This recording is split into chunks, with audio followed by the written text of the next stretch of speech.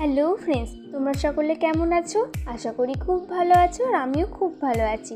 তাই আজ আর একটা নতুন অর্ডারের কাজ নিয়ে তোমাদের সকলের কাছে আমি হাজির হলাম। এটা একটা শাড়ির কাজ ছিল আর আমি তার জন্য শাড়িতে প্রথমে ভালো করে ছবিটা এঁকে নেওয়ার জন্য একটা এমনি A4 পেজে ভালো করে কিন্তু আমি ছবিটা এঁকে নিয়েছিলাম। পর কাপড়ের নিচে আমি একটা শক্ত ড্রয়িং খাতা রেখে এবং তার উপরে কার্বন পেপার দিয়ে এবং তার উপরে ওই আঁকা পাতাটা দিয়ে পেন্সিল দিয়ে খুব ভালো করে কিন্তু ছাপ তুলে নিয়েছিলাম। আঁচলের পোর্শনের আঁকাটা যেহেতু অনেকটা বড় ছিল তাই আমি এটা হাতেই করে নিয়েছিলাম। তোমরাও কিন্তু যদি এই প্রসেস ফলো করে আঁকো, দেখবে তোমাদের আঁকাগুলো আমার মতন কিন্তু একই মাপের এবং খুব সুন্দর ও তাড়াতাড়ি হয়ে যাবে। এরপর আমি এখানে কয়েকটা ফ্রেম নিয়ে নিয়েছিলাম সেলাই করার। তোমরা অনেকেই হয়তো এগুলো দেখে থাকবে, এগুলো সেলাই করারই বিশেষত কাজে লাগে। তো আমি ফ্রেমটা ভালো করে আটকে নিয়ে তারপর একে একে সমস্ত কালারগুলো করে নেব।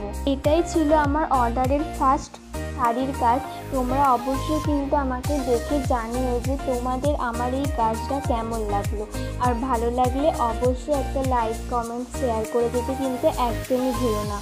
আর তোমরা সাবস্ক্রাইব করে আমার একটু পাশে থেকো, যাতে আমি আরও এরকম নতুন নতুন সুন্দর সুন্দর ভিডিও বানাতে উৎসাহিত হই।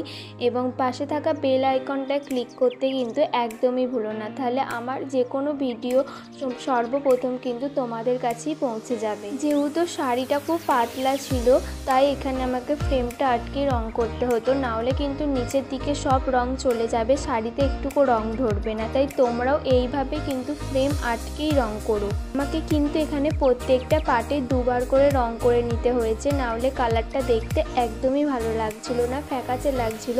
তাই আমি এখানে সব জায়গাতেই দুবার করে কালার করে নিয়েছি। দেখো, এরপর আমি কালো রং দিয়ে বর্ডার করে দিলাম। তোমাদের কেমন লাগলো তোমরা কিন্তু আমাকে জানিও। আর এরপর সব থেকে বড় অংশটা অর্থাৎ আমি ওই আঁচলের পার্টটা রং করা শুরু করে দিলাম। ওই রকম ছোট ছোট মূর্তি শাড়িটির মধ্যে মোট 12টি ছিল এবং আঁচলের পোর্শনে এরকম 3টে বড় বড় মূর্তি ছিল। আমি এখানে আঁচলটা রং করার জন্য ফ্ল্যাট তুলি ইউজ করেছি আর কালারের জন্য ফেব্রিক অ্যাক্রিলিক কালার ইউজ করেছি। তোমাদের যদি এই শাড়ি রং করা নিয়ে কোনো প্রশ্ন থেকে থাকে তাহলে তোমরা কিন্তু অবশ্যই আমাকে কমেন্টের মাধ্যমে জানাতে পারো। আর এই শাড়িরই কয়েকটা পার্ট আমার চ্যানেলে ছাড়া আছে, আমি নিচে ডেসক্রিপশন বক্সে লিঙ্ক দিয়ে দেবো, তোমরা চাইলে সেখান থেকে গিয়েও দেখে আসতে পারো পার্টগুলো। তোমাদের কারো যদি আমার এই কাজটা ভালো লেগে মনে হয় যে আমাকে তোমরা অর্ডার দেবে, তাহলে আমার ফেসবুক প্রোফাইল অনিতা কোলে এবং ইনস্টাগ্রাম প্রোফাইল অনিতাস ক্রিয়েটিভিটি, এই দুটি জায়গায় আমার সাথে যোগাযোগ করতে পারো। ভিডিওতে যদি আমি কোনো কথা ভুল বলে থাকি তাহলে আমি সকলের কাছ থেকে অবশ্যই ক্ষমা চেয়ে নিলাম। তাহলে চলো এবার শাড়িটির ফাইনাল লুক দেখা যাক।